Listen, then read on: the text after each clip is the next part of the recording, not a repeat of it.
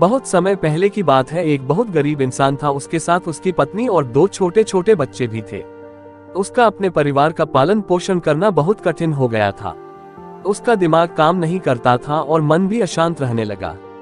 तभी उसने अपना घर छोड़ने का फैसला लिया। एक रात जब उसकी पत्नी और दोनों बच्चे सो रहे थे तो वो चुपचाप घर से चला गया।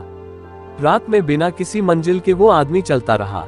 तभी अचानक उसने देखा कि एक नदी किनारे भगवान बुद्ध अपने शिष्यों के साथ बैठे हैं। उसी वक्त उसने निर्णय लिया कि वह अब सन्यासी हो जाएगा और भगवान बुद्ध का शिष्य बनकर यही रहेगा।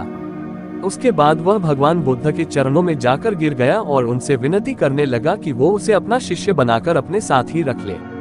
भगवान बुद्ध ने उस गरीब इंसान की बात सुनकर उसे अपना शिष्य बनाकर अपने साथ रख लिया। भगवान बुद्ध अपने शिष्यों के साथ आगे बढ़ते हैं। रास्ते में चलते चलते थक गए थे। सब रुककर एक पेड़ के नीचे विश्राम करने लगते हैं। तभी भगवान बुद्ध को गर्मी के मारे बहुत तेज प्यास लगने लगी। उन्होंने अपने नए शिष्य से कहा, यहाँ पास में ही एक सरोवर है, तुम जाकर वहाँ से पानी ले आओ। भगवान बुद्ध का आदेश मानकर वह सरोवर से पानी लेने चला गया।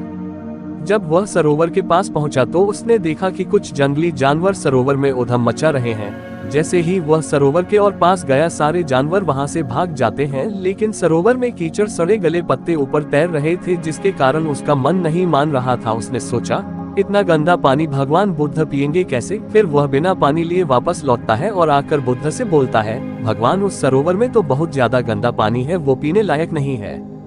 अपने शिष्य की बात सुनकर भगवान बुद्ध थोड़ी देर चुप होकर बोले, जाओ उसी सरोवर से जाकर पानी लेकर आओ। भगवान बुद्ध का आदेश मानकर वह वापस से सरोवर की तरफ चला गया, लेकिन वो मन में यही सोच रहा था कि भगवान बुद्ध इतने गंदे पानी को कैसे पिएंगे। जैसे ही वह सरोवर के पास गया, वह ये देखकर चौंक गया कि सरोवर का पानी एकदम निर्मल और स्वच्छ हो गया है और अपने स्वभाव में बह रहा है।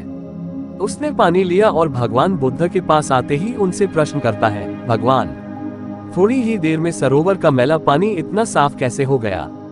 फिर बुद्ध ने उससे समझाते हुए कहा, जब जानवर पानी में उधम मचाए हुए थे तब सरोवर का कीचड़ उभर आया था, लेकिन कुछ देर शांत रहने पर कीचड़ फिर से नीचे बैठ गया और पानी पहले जैसे फिर से निर्मल और स्वच्छ हो गया। ठीक इसी तरह से हमारे मन की स्थिति भी ऐसी ही होती है। जीवन की कठिनाइयों और भाग दौड़ हमारी मन में उथल पुथल पैदा कर देती है, जिसके कारण हम बिना सोचे समझे गलत निर्णय ले लेते हैं। लेकिन कोई भी निर्णय लेने से पहले अगर हम अपने चित्त को शांत रखें और धैर्यपूर्वक बैठकर सोचें, तो हमारे मन की वो उथल पुथल भी पानी की कीचड़ की तरह नीचे बैठ जाती है और तब हम जो भी निर्णय लेते हैं वो हमेशा सही होता है। इसलिए बुरे समय में इंसान को अपना धीरज नहीं खोना चाहिए। भगवान बुद्ध की यह बातें सुनकर उसका दिमाग खुल जाता है और जब वह शांति से बैठकर सोचता है तो उसे अपनी ही गलती नजर आती है। फिर उसे समझ में आता है कि उसने अपना घर छोड़ने का गलत निर्णय लिया था। फिर वो भगवान बुद्ध के चरण स्पर्श करके उनसे आज्ञा लेकर अपने घर और वापस चला जाता है।